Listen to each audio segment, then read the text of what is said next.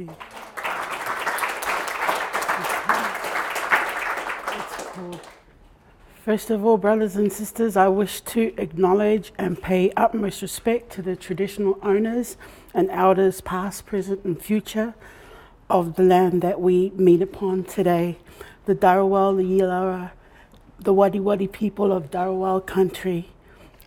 So proud to acknowledge being under the guardianship and the shadow of Mount Kira today, and also the Great Father Ocean, which is on the coast here. I want to also acknowledge and thank Jody Edwards, representing the Darawal country, for the magnificent welcome to country that we were honoured with today. Also want to acknowledge and thank the young ladies from the Illawarra Flame Trees group who is here.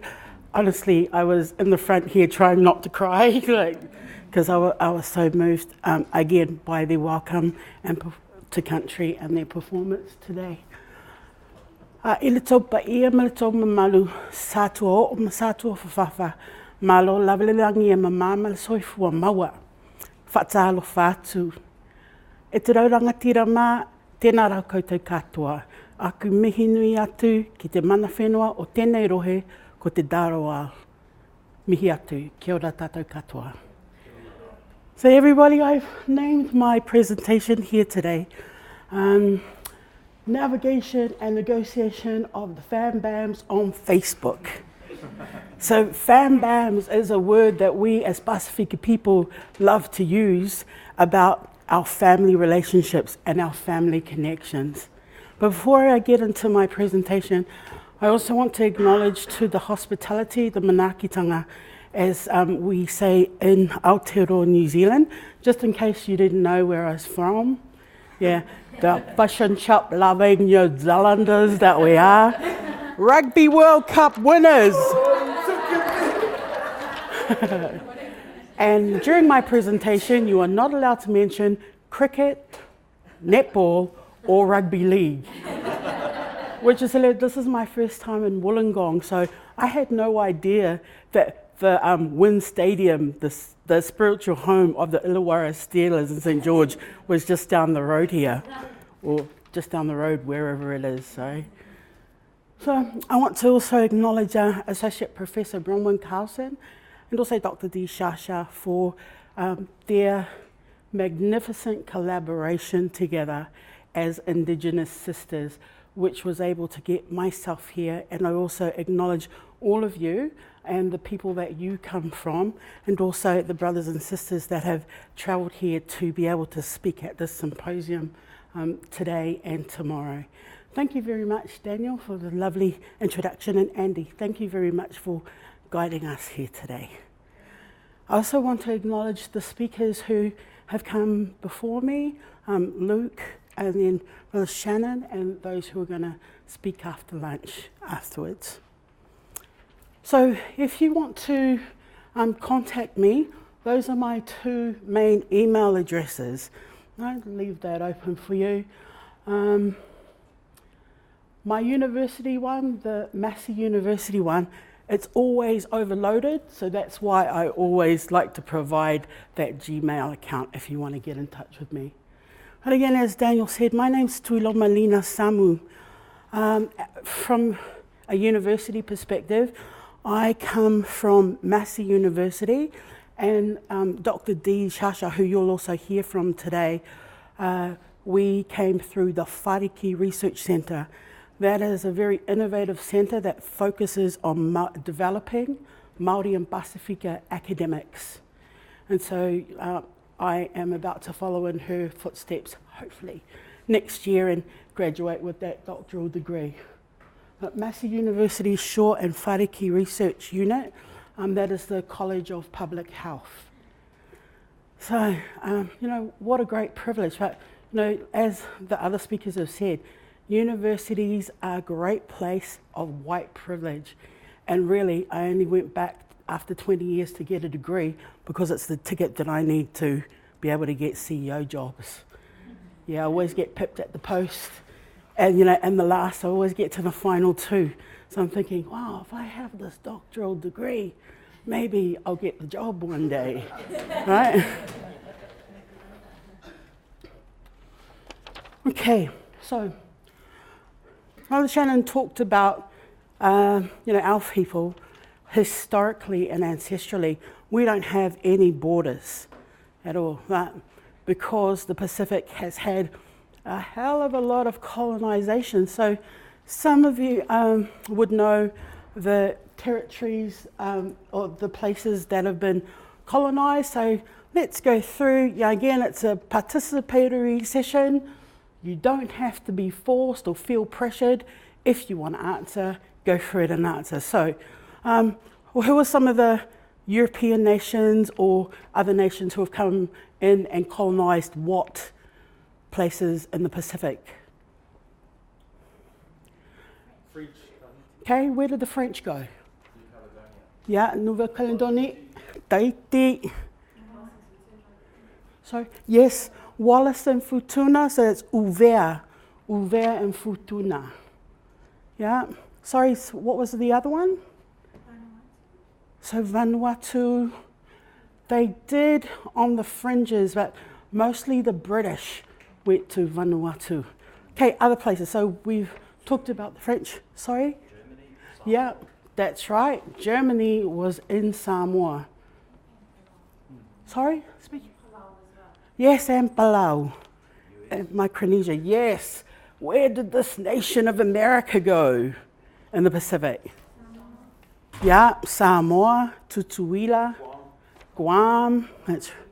Yes, Micronesia. Other places, Philippines, right? Yeah, the Spanish were also in the Philippines. Yeah. Okay, let's not forget the mighty British, where the sun never set on its great empire, right? Where did they end up? Yeah. Yeah, we know Australia and New Zealand. Yeah. Where is Australia as a colonizing nation? Yeah, hard out. Papua New Guinea, Norfolk.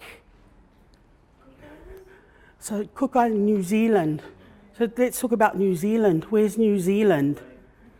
Niue, Tokelau.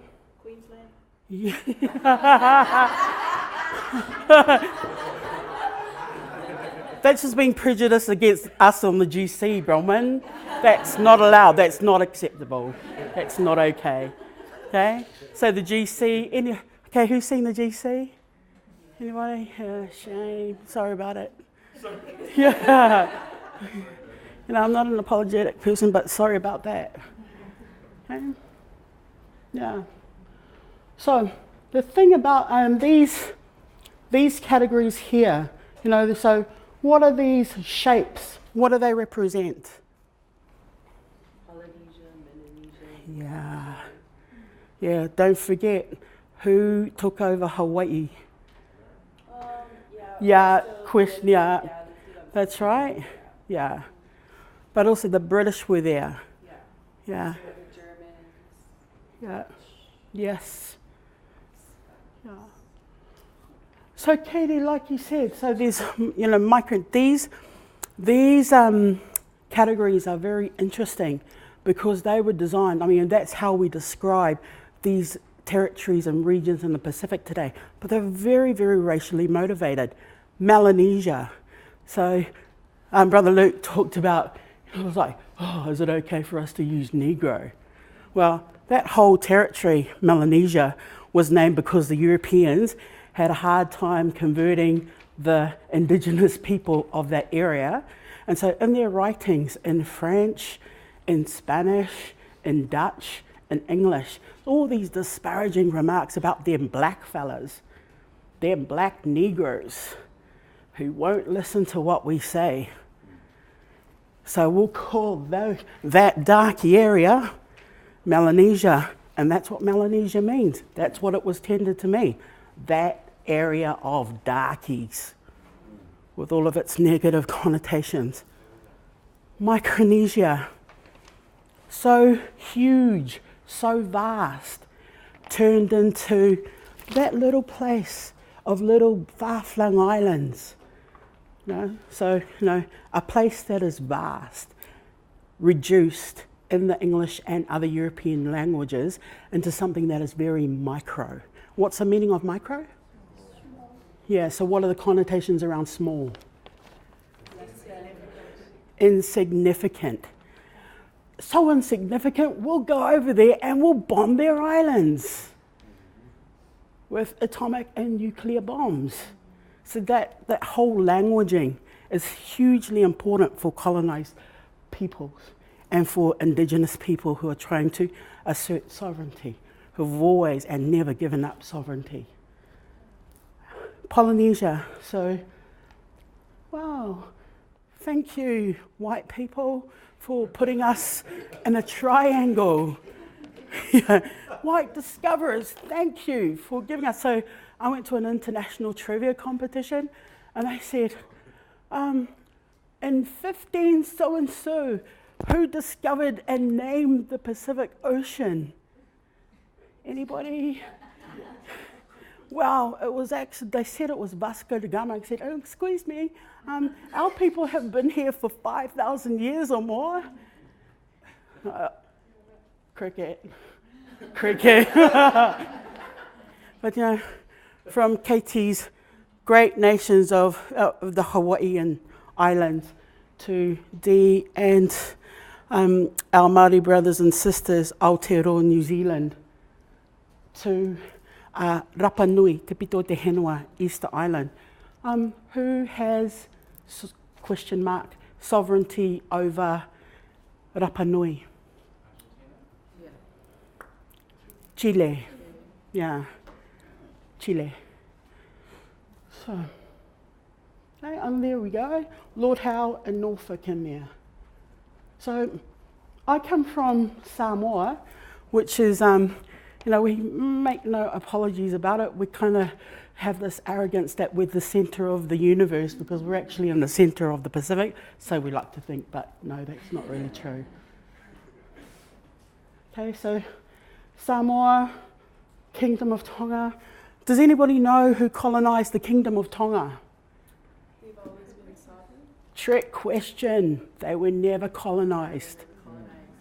Their indigenous structure was so strong that the British came to the islands, saw how their hierarchy existed, and decided to leave them alone because their system of leadership mirrored their feudal English system, British system.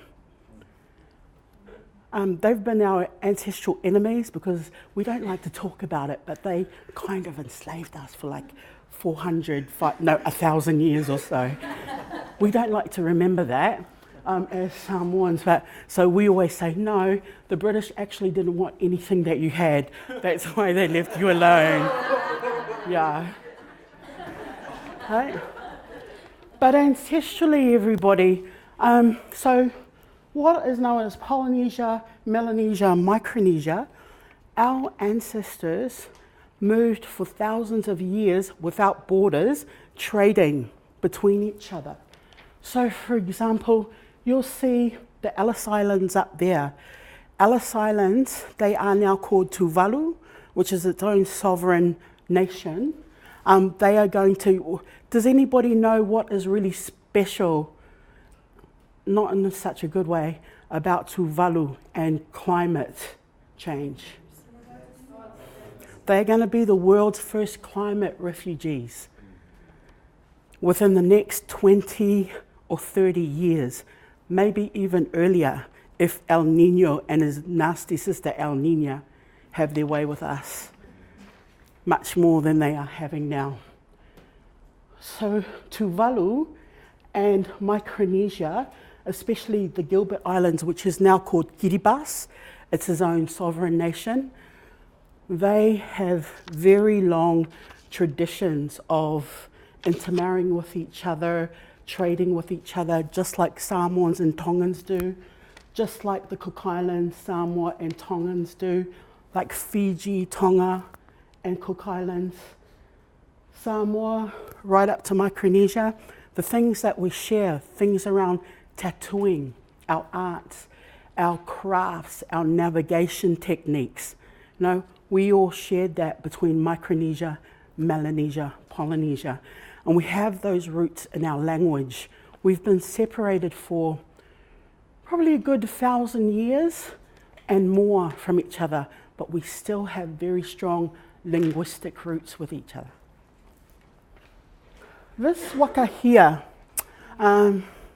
this waka haurua, double hull canoe here, I had the great privilege in 2011 to be invited by Dee and her husband, Tu Marangai, to see off a conglomerate of 7 Pacifica, Pacific nations waka from Tahiti, from Fiji, several Pan-Pacific, Māori. This Māori waka representing Aotearoa is called Te Matau a Maui, and it's owned by Ngāti Kahungunu Iwi Voyaging Society. Okay, so this is my tū Manganu'u. This is where I'm from, Samoa. So, as Daniel was saying, I've got a speaking orator title. We call it, it's a very mistaken word to use the word chief or to use the word paramount chief. That's misinterpretation using English language. So that village is down here in Sapunawa. And so I also come from the top of the island as well, this island here, and also from the east coast of the big island, Savaii, over here. Okay, so again, here's some pictures of the Pacific Voyages. Now, the aim of the Pacific Voyages initiative was people got together, they're very concerned about the health of our moana, the Pacifica, the Pacifici, the Pacific Ocean. Moana is our shared word in the Pacific for the ocean. They got together, they said, look, we want to bring about using our ancestral tools and techniques by sailing around the ocean to bring to people's attention climate change and how it's going to impact tremendously upon us, especially the small islands like Tuvalu and Kiribati, the low-lying islands. We're going to bring about awareness about that huge plastic bag island. Has anybody heard about the plastic bag island? Yeah, so it's so bad, it submerges, it kills all of our ocean mammals, whales, dolphins, shark, fish, everything, poisons everything. It's about this getting to be the size of one of the Pacific islands itself, like about Auckland Island or Lord Howe Island. That's how big it's getting, and it's just getting bigger and moving from coast to coast around the Pacific. Okay, so digital navigators. This is my what I called my research, my PhD research, and it's taken on that theme of navigation. So if I go up here again, what we're really proud of as Pacifica peoples of the Pacific, is that in a very landmark document, a book called Vaka Moana, Voyages of the Ancestors, which is a 2008 published book, non-Pacific and Pacifica academics are writing that our ancestors are the only ancestors in human history who had to invent the technology to settle where they ended up habiting. So, for example, all the other ancestors in human history got to places by foot. And so, given the nature of where we settled right in the middle of the Pacific, we had to invent boats that would be able to be sustainable and buoyant to be able to settle there. We're very, very proud of that. So here we are. Sorry, no, you can't see my fingerprint there. So there we are in Wollongong, in Illawarra, and seeing the Illawarra flame trees today, and seeing the girls do the collection of pipis. Anybody who is a Pacifica island person knows that exact same experience. Oh, there's a good fat one, I'll eat that one. No, I'll throw that one away. You know, moving carefully through the ocean. So this is what my PhD research was about. So it was really about looking at Pacifica people, young adults, 18 to 25, which is what Dee's cohort was in her doctoral research. I was looking at how do relationships and identity among young Pacific adults play out in social networking sites. How are they using social networking sites, especially Facebook? How are the social and cultural practices being enacted, you know, online? And what's the kind of higgledy-piggledy jiggy thing that's happening with intergenerational expressions of identity and culture? So these are my nephews and my nieces and my daughter. So we, even though they are my nieces and nephews, in our Pacifica, in our Samoan way, they're actually my sons and daughters. That's how we consider them. And these two are the latest babies born. I just put them in there for cuteness factor. The little blonde one, she's an Australian, Russian, Samoan. Yeah. And our little one here, she's our Māori Samoan princess. She's going to be the first one to go to Kohanga Reo, our Māori Indigenous language nest. Yeah. So here are things that I wanted to share with you about Pacifica people in Aotearoa, New Zealand. So 2/3 of us, we're no longer born in our homelands, in our ancestral lands. 2/3 of us, 66%, born in Aotearoa, New Zealand. So all these figures are from the New Zealand census. Here's a quote from Atamai. She's a whakaleiti. She was born as a man, she was born as a male, but identifies as a female. Here's what she said. Anybody like to read that out, that quotation? Don't worry, no force. I just thought you might want to stop hearing my voice for a little while. That's where I think we clash. My parents are like, we have to do this and this, because that's what it was like in Tonga. I'm New Zealand born, I've never been to Tonga, so I refuse to live that way. Okay, so religion has been a very important and strong pacifier for Pacifica people, as with usually most colonized people around the world. So a growing number of Pacifica people, so in the 1991 census, over 95% of us Pacifica people in New Zealand were churchgoers. But in 2013, it's gone down to 80%, just under 80%. So there's a growing number of Pacifica people without religious affiliation. This is really important to us because we're away from our ancestral homelands. The main way that we get language and we get any kind of cultural identity and also involvement, apart from our families, is through the church. Anybody like to read that quotation? Sometimes my parents make my siblings and I take out loans to feed the church, and it's like, really? You're doing this to like... My parents are definitely not scared of suffering for the church. They are definitely not afraid about that. We will suffer. We will live in hell for the church. That's what our parents will make us do. If we have to, Mum will make us build a house in hell, thank you, made out of stone, all for the church. You know, that's not a one-off. That really is what my children's generation, that's what their mindset is. They have a very strong personal testimony in their personal Jesus, and Jesus Christ is their Saviour. But on the whole, with regards to organised religion, this is what the main mindset is for young people. So, I brought this up. I didn't get graduation photos of my nephews because they were too stinking, didn't send me any before my presentation. So this is our eldest sister, our usamatua. These are my brothers, and this is our Tina, our younger sister.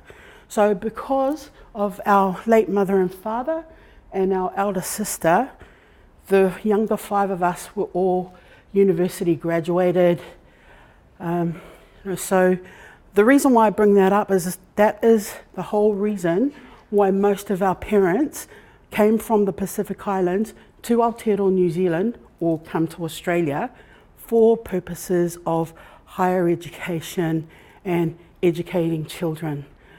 Our family is a very rare exception, and that 10, we have 10 children, my brothers and I, all together, and 8 out of our 10 children are also university graduates. Graduates, not a boasting thing, but that was the inspiration and the hope and dream of our parents and grandparents, but not many of us have been able to achieve that. Yeah, great, good on you, Samu family, well done you, but it really does. It impacts a lot upon us in terms of, all of the negative statistics that the previous speakers talked about. I wanted to share with you from our last census in 2013, the severe wealth inequalities. So 60% of Pacifica people in New Zealand have a personal wealth of 16 grand and under. 1 out of 5 of us have a personal wealth of $1,000 less. That's New Zealand dollars. That's like about 800 Australian, 850 Australian. So it would be about 800 US dollars. So median personal incomes, where we are a very urban community and population, very much like the Pacifica population here in Australia. Like, you'll hardly find any people out back or out bush unless they're working for the mining companies. But they're mostly focused in Brisbane, in Melbourne, in Sydney, in Adelaide, and now Perth. So where we live, 12% live in the capital city of Wellington. The median personal income there is nearly 33,000. Just under 5% live in the South Island, the big town of Christchurch or Canterbury. They earn about 30,000 bucks. And 2/3 of us live in Auckland, where we just make, the personal medium for Auckland is just under 30,000. So for Pacifica, we've got high demands on minuscule incomes. Our ainga, our kainga, mga whaoa, anu kupu tangata, families, obligations and responsibilities. We also have huge church religious obligations, weekly, monthly, and annually. So, the little bit of money that we do have, does anybody know what tithing is? Yeah. What's tithes, this religious thing of tithes?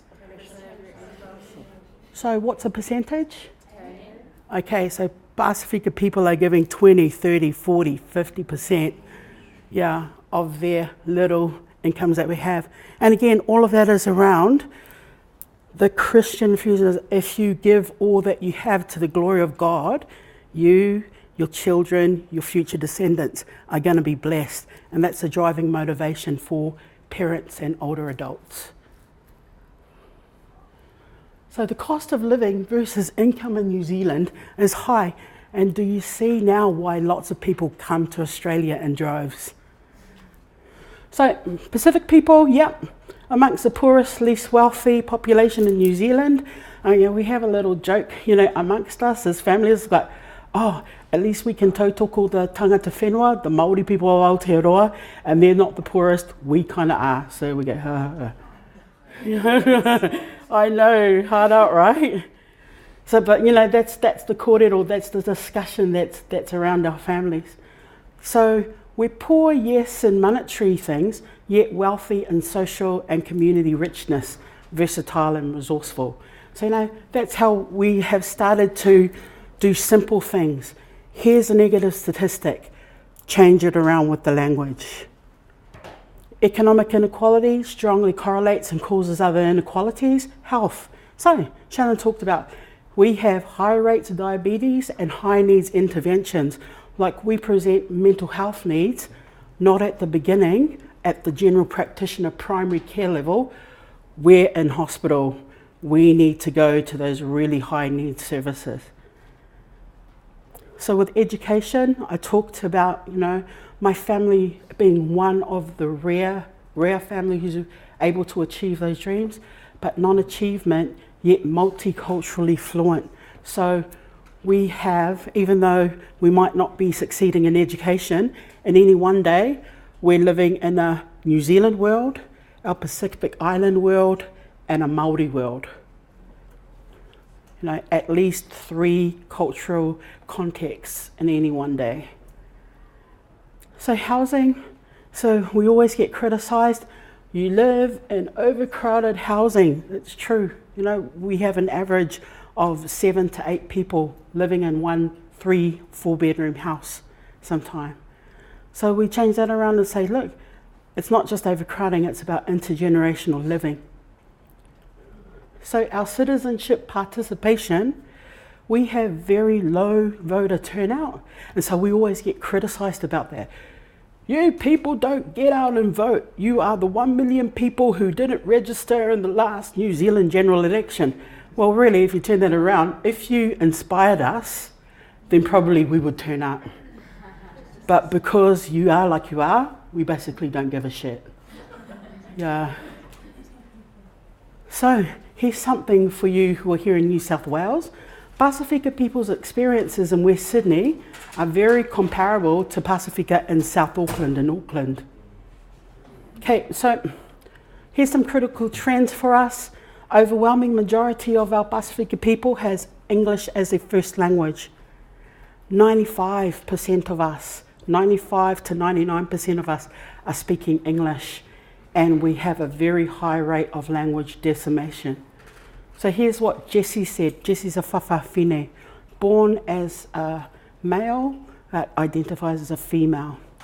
If the parents or aunties and uncles don't influence the kids in the house by speaking in Samoan and teaching or whatever in Tongan or Niuean, the kids will lose that honour of having to speak and learn that language. Growing number of Pacifica people with multi-ethnicities, but very poorly measured in New Zealand, so we're doing it ourselves. So, we're not just Samoan anymore. We are Cook Island European, we are Tongan Niuean, Māori Tokelau, Cook Islands, Māori Chinese, Samoan Fijian, Fijian Indian, and all those other combinations. Let's see. The last few things that uniqueness to celebrate us as Pacifica people. We're very visible in the New Zealand landscape. So white people in New Zealand like to use us against the Indigenous Māori people. Here are you angry Maoris over here, Indigenous people. Oh, but here are the nice brown Pacifica people. Let's lift them up. That's actually what happens. So there's much esteem for us. Like if you read a lot of the studies, there's been a lot of whakamā, a lot of shame associated with being an Indigenous Māori person in their own land. But for us as Pacifica people, even with all the negative statistics, we still have a good, yarn at being Pacifica people. There's a lot of mana, a lot of esteem that comes with that. The highest branded festival, Pacifica Festival. That's our festival that happens every year. White people want to go to it more than go to Indigenous festivals, kapahaka celebrations. White people in New Zealand want to pronounce our languages and our names much more than the Indigenous languages. Whawhawhine, like akawaine, whakaleiti, whakawhiwhine, people who were born as males and now identify as females. Whawhatama, those who were born as females now identify with males. They are part of our culture, they are integral, they are valued and accepted. When they're not, it's because of the Christian prejudice. So yeah, our population is young. 80% of us, we still have a a religious affiliation. So it counts enough. So our young people marginalised in both Pacifica and Western cultures, but using social media, they are critical, critiquing, yet mindful and respectful. So they know how to work Facebook and how to be culturally respectful. So Māori and Pacifica people, they're consciously alert about privacy and surveillance issues. They were much more savvy than their European cohort about protecting themselves, being careful, cautious on Facebook around posting statuses, photos, oversharing, etc. The Palangi Pākehā cohort goes, what do you mean people are looking at our stuff? Well, you know, all of those things around white privilege, that they didn't believe that it could happen to them. Māori and Pacifica are more likely to have family members as Facebook friends, strong motivation to protect the younger siblings and cousins, strong motivation to stay connected to the diaspora of the family, pressure to stay in contact with church members, community, some family, etc. Yeah. So, yeah, that's a bit about, a little commentary about Pacifica people in New Zealand and what we found about our study in social media and Facebook. So sorry, I used up heaps of the time, but during lunchtime, I really welcome you to come and talk to me. Yeah. Daniel, will we be able to have just a question before lunch? Because I don't want us to miss out on Fred's bush tucker. Yeah, could you tell me, young Pacifica people using social media for church and... Yes. So are there like church pages? Yes. Yeah, so there, Bronwyn asked young Pacifica people using things for church, but what I found in my study is that church community is actually quite dangerous. One of the main readings Dee and I used is that was Christakis and Folds from 2009, who said, social media doesn't change you. However you were before you went on Facebook and Twitter and so on is how you're gonna behave online. And so I found that to be very true. So what we found is that because people were negative, nasty and gossiping before they went on Facebook, on the church community, they remained gossipy, nasty, ripping each other down. Yeah. Shannon. So you said that 95% of Yeah. your people. Yes. Are you talking that speak only English? Are you talking the whole islands? Yeah, the whole Pacifica population. So like Tongans, 94% of them speak English. 50% of them will speak their Tongan language. So, we speak English in the very mid to high 90s range, but the more years go along, we reduce in being able to speak our ancestral languages. So for example, the Niue and the Cook Islands Māori language, within the next 1.5 generations, if nothing severely urgent is done, will disappear. So then how does that influence then ceremony, all those things that you're doing? Yes. To try to, regain that? That's it. Especially with church. Yeah. Yeah, so, this is exactly the point in terms of people don't... See, we were never forced, unlike the Indigenous peoples of Australia, of what is known as Australia, of what is known as Turtle Island, of what is known, as all of the other groups, legislatively forced to lose languages, lose culture. That's the thing about Pacifica people, we were never forced in any way. I hate to say we did it to ourselves, however, it's the colonization of trying to be like white people, achieve what white people have in terms of wealth and advantage that led us down that track. It's very sad, but because New Zealand is the government, and you know what New Zealand's like with the signing of the Declaration of Indigenous Rights, they will do nothing to help the Niue and the Cook Island Māori people. So we from the other islands, we have to help. And social media is the main way that the young people are making sure that language is always present. Yeah, because what will happen is if we don't save those languages, people will be talking in English. Yeah, running those ceremonies in English, and they won't be authentic. Okay, can we thank Lina, Samu? Thank you, everyone.